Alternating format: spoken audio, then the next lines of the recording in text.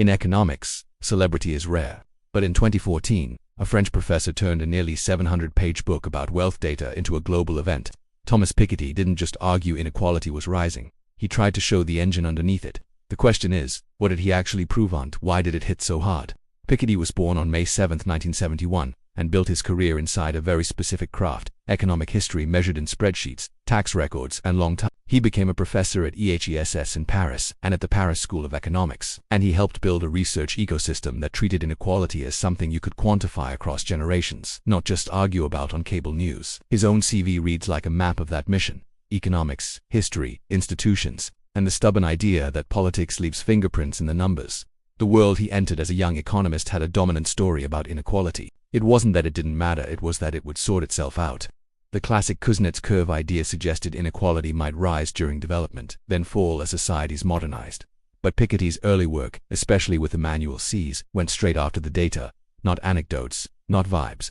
Tax records year after year back to the start of the modern US income tax. Their 2003 Quarterly Journal of Economics paper built a new homogeneous series on top income shares from 1913 to 1998, and the shape they found was brutal for the comforting story: a U-shaped pattern. Inequality high, then smashed down by the shocks of the early 20th century, then rising again late in the century, and they were explicit about what that implied. Huge historical events, depression, war, taxation could permanently reshape who sits at the top. That's the world before Piketty's breakthrough. Inequality research existed, but it was still too easy to treat the distribution of income as a side plot. The catalyst was that Piketty didn't just add more data. He made the data feel like history you could test. And once you do that, you can't unsee it. Here's the one mechanism that made Piketty famous, and it's deceptively simple.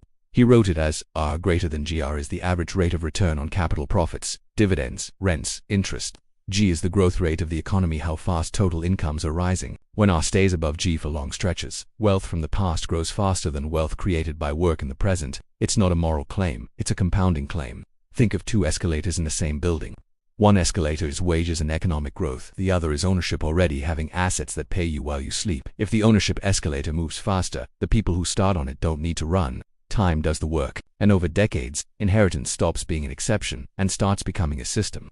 This is why Piketty's argument landed. It reframed inequality as a mechanical outcome you'd expect unless something interrupts it.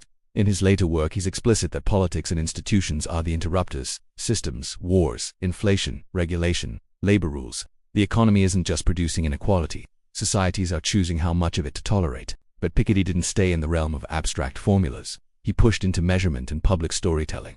His research connects to a broader infrastructure, Weird World, the World Inequality Database, which argues that standard household surveys often miss the very top because the richest households are hard to survey and easy to undercount. WID's pitch is that you need to combine fiscal data, surveys, and national accounts to see the full distribution. That wasn't just a technical upgrade, it was a political one. If the top is invisible, then the debate is rigged from the start. And when you look at the world through that lens, the distribution is stark. The World Inequality Report 2022 puts hard numbers on it. In 2021, the global bottom 50% captured 8.5% of global income, while the top 10% captured 52%. Wealth is even more concentrated, with the bottom half owning about 2% of global net wealth in the report's summary. Those aren't talking points. They're a description of how lopsided the modern world remains. So why did Piketty become a lightning rod? Not just a respected academic. Because he didn't stop at diagnosis. He insisted the scale of inequality could threaten democratic legitimacy, and he talked about taxation as a tool, not a taboo. He also did something that terrifies institutions. He made inequality legible to non-specialists without pretending it was simple. Then came the moment that almost always arrives when an academic becomes culturally powerful: the credibility stress test. In May 2014, the Financial Times published an investigation claiming errors and questionable entries in Piketty's spreadsheets, arguing that some cleaned-up versions of the European Wealth Series didn't show the same post-1970 rise. It was framed like a scandal: spreadsheets, transcription errors, formulas, because the implication was larger. If the data were wrong, the story might collapse. But here's what's interesting about that episode in hindsight. It didn't end the debate, it clarified it. Piketty's defenders and critics weren't only arguing about a cell in Excel. They were arguing about what counts as evidence when the object you're remeasuring wealth is partially hidden by design, through legal structures and incomplete historical records. Even the controversy became part of the Piketty effect. It pulled inequality research into the same kind of public scrutiny that markets and politics get every day. Modern relevance is where Piketty's work stops being biography and starts being a warning label for systems. Parallel 1 is data itself. In a world where the top can be undermeasured, the fight isn't only over tax rates, it's over visibility. That's why databases like WID World exist in the first place, to make distribution a headline variable, not an afterthought. Parallel 2 is compounding. The R versus G frame is basically the grammar of modern finance. When returns on assets stay strong and growth for typical incomes is slower, the gap doesn't need a conspiracy, it needs time. But there's a key difference from the 19th century story Piketty invokes. Today, capital is more global, more mobile, and more legally engineered. That can amplify concentration, but it can also change the channels through which inequality shows up, and which policies can realistically touch it.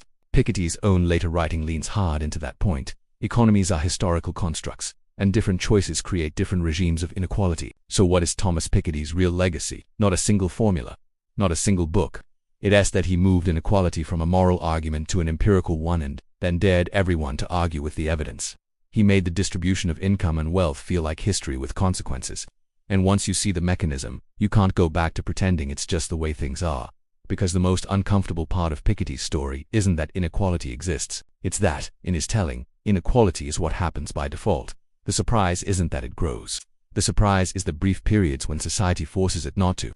Disclaimer: this video is historical analysis and educational content only. It is not financial advice, investment recommendations, or a solicitation to buy or sell any securities. Past events do not predict future performance. Consult a qualified financial advisor before making investment decisions. Have you ever heard of a 700-page economics book becoming a global bestseller? Well, that's exactly what happened with Thomas Piketty's Capital in the 21st century. This book didn't just sell millions of copies. It completely reignited the global conversation about wealth and inequality. Piketty's core argument is simple yet powerful. When the rate of return on capital grows faster than the economy itself, wealth becomes more and more concentrated in the hands of a few. He backed this up with centuries of data from over 20 countries, showing that this isn't a new problem, it's a historical pattern.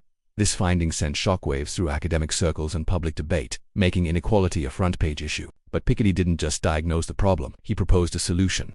His most talked-about idea is a progressive global tax on wealth. Imagine a small annual tax on the world's largest fortunes, designed to curb extreme concentration and fund public services like education and healthcare. This wasn't just a theoretical exercise, it was a concrete policy proposal. The reaction was explosive. Supporters saw it as a bold, necessary step toward a fairer society. They argued it could reduce the power of inherited wealth and give everyone a better shot at success. Political movements, like Occupy Wall Street and others fighting for economic justice, found a powerful intellectual ally in Piketty. His work gave them the data and the language to challenge the status quo. Of course, there was also fierce criticism. Opponents argued a global wealth tax would be impossible to implement, leading to capital flight where the rich would just move their money to avoid the tax. They claimed it would stifle investment and hurt economic growth. The debate raged in newspapers, on TV, and in parliaments worldwide. Whether you agree with him or not, you can't deny Piketty's influence. He forced us all to confront uncomfortable questions about the kind of society we want to live in. His work continues to shape economic policy debates and inspire a new generation of thinkers and activists. What are your thoughts on a global wealth tax? Let me know in the comments below.